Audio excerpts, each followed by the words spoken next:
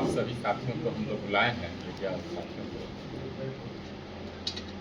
ये चुनाव प्रचार का आज आखिरी दिन है और निश्चित रूप से पिछले एक साल से हमने सुपौल लोकसभा क्षेत्र के चप्पे चप्पे का दौरा किया है और सुपौल की आम आवाम ने, सुपौल की जनता ने बैद्यनाथ मेहता को अपने दिल में बसा लिया है और उनका प्यार और समर्थन मिल रहा है। देश भी देना चाहूँगा, उसी क्रम में हमने दिया पीसी बुलाई। क्या कुछ संदेश देना चाहेंगे? मैं बताना चाहूँगा, जो सुपौल लोकसभा क्षेत्र में लड़ाई यहाँ दो दल या उम्मीदवार के बीच में नहीं है। लड़ाई यहाँ है अहंकार और स्वाभिमान की। अहंकार एक ऐसे व्यक्ति की जो एक गलत निर्णय लेते हैं, जन भावना के विरुद्ध उम्मीदवार देते हैं सुपौल लोकसभा क्षेत्र में, जो कहीं से सुपौल की जनता के, सुपौल के मतदाता के मनोभावना के प्रतिकूल है। कहीं से सुपौल की जनता उसे नहीं चाहती। दूसरी तरफ जो सुपौल की आम आवाम है, उनके स्वाभिमान की लड़ाई बैद्यनाथ मेहता लड़ रहा है। उनके हक हकूक की लड़ाई के लिए बैद्यनाथ मेहता मैदान में आया है। किसानों की जो समस्याएं हैं, उनसे निदान दिलाने के लिए बैद्यनाथ मेहता आया है। किसान कैसे खुशहाल हों, युवा बेरोजगार नौजवान को कैसे रोजगार मिले, पलायन कैसे रुके, शिक्षा व्यवस्था जो चरमराई हुई है उसे कैसे सुधार किए जाए, स्वास्थ्य की व्यवस्था जो वेंटिलेटर पर है उसमें कैसे सुधार किए जाए, इन सारे मुद्दों को लेकर, साथ ही साथ कुछ क्षेत्रीय मुद्दे हैं।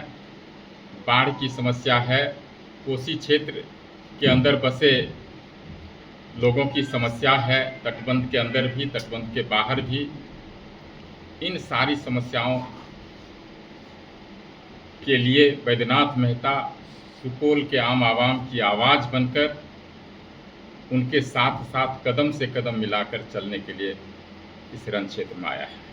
निश्चित रूप से जैसा मैंने बताया, यहाँ अहंकार के विरुद्ध जो है स्वाभिमान की लड़ाई है। जनता कहीं से भी ये थोपे हुए जो उम्मीदवार हैं स्वीकार नहीं कर रही है और उसे एकमात्र विकल्प बैद्यनाथ मेहता के रूप में दिख रहा है और जिन्हें वो अपने दिल में बसा चुके हैं। लेकिन दिलेश्वर जी, आप उन विपक्ष किनको कह रहे हैं समझ में नहीं आ रहा है। मेरा मानना है विपक्ष वो राजद को ही बोल रहे होंगे, लेकिन यहाँ लड़ाई दिलेश्वर कामत से बिल्कुल नहीं है। लड़ाई राजद और बैद्यनाथ मेहता के बीच में है और जो ये अहंकारी, जो अहंकार के पात्र बन चुके हैं, जो मुखौटा दूसरे समाज के लोग को रखे हैं और अंदर से पीछे से शासन करने वाले कोई और हैं, उन्हीं का अहंकार है और अहंकार तो बड़े बड़े का टूटा है। उनका भी अहंकार इस चुनाव में टूटने वाला है। आरजेडी देखिए, सभी नेता अपने अपने तरह से बयान देते हैं, अपने अपने प्रत्याशी के पक्ष में बयान देते हैं।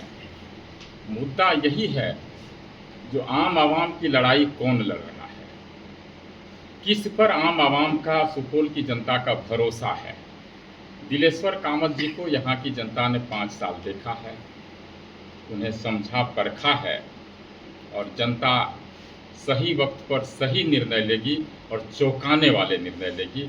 यह आप देखें, लगातार अभी पिछले 1 साल से, उससे भी ज़्यादा 1-2 महीना हो गया है, मैं कोई ऐसा दिन नहीं है जब मैं सुपौल लोकसभा क्षेत्र के अंदर हूँ और 7-8 सभा नहीं हुई है। मैं दावे के साथ कह सकता हूँ, कोई 5 बार एमपी बन जाए, सुपौल मेहता, बैद्यनाथ मेहता इस 1-1.25 साल में सुपौल क्षेत्र का जितना दौरा किया है, लोगों से जितना संपर्क किया है, यह दूसरे उम्मीदवार से जो 5 बार बन जाए संभव नहीं है। बैद्यनाथ मेहता को लोग, देखिए, बैद्यनाथ मेहता ने लोगों का भरोसा जीता है। जो 2 उम्मीदवार मैदान में हैं, उनके परफॉर्मेंस को देखा है, उन्होंने क्या काम किया है। काम की बात तो छोड़ दीजिए, वो तो खुद इलाज करते रहते हैं। जब भी लोगों का फ़ोन जाता है वो बताते हैं मैं एम्स में इलाज कर रहा हूँ। जब भी कोई काम बताया जाता है तो मैं दावे के साथ कह सकता हूँ जो वर्तमान निवर्तमान सांसद हैं, एक थानेदार भी उनकी बात नहीं सुनता है, एक सीओ बीडीओ उनकी बात नहीं सुनता है। उनके पास पावर ही नहीं है, सत्ता कोई और चला रहे हैं, शासन कोई और चला रहे हैं, वो तो एक मुखौटा मात्र हैं। और मैं मानता हूँ जनता इस बात को समझ चुकी है, तो ये जो मुखौटा लगा करके जो पीछे से लोग शासन कर रहे हैं, उन्हीं के विरुद्ध लड़ाई है, सुपौल की जनता की, पूरे आम आवाम की। यहाँ एक आदमी जो अहंकारी है, उनके विरुद्ध में सारी जनता है, सारे दल के नेता भी हैं। लड़ाई अब वैद्यनाथ मेहता और उस अहंकारी आदमी के बीच में है, बाकी कोई लड़ाई यहाँ नहीं। अगर आपको जन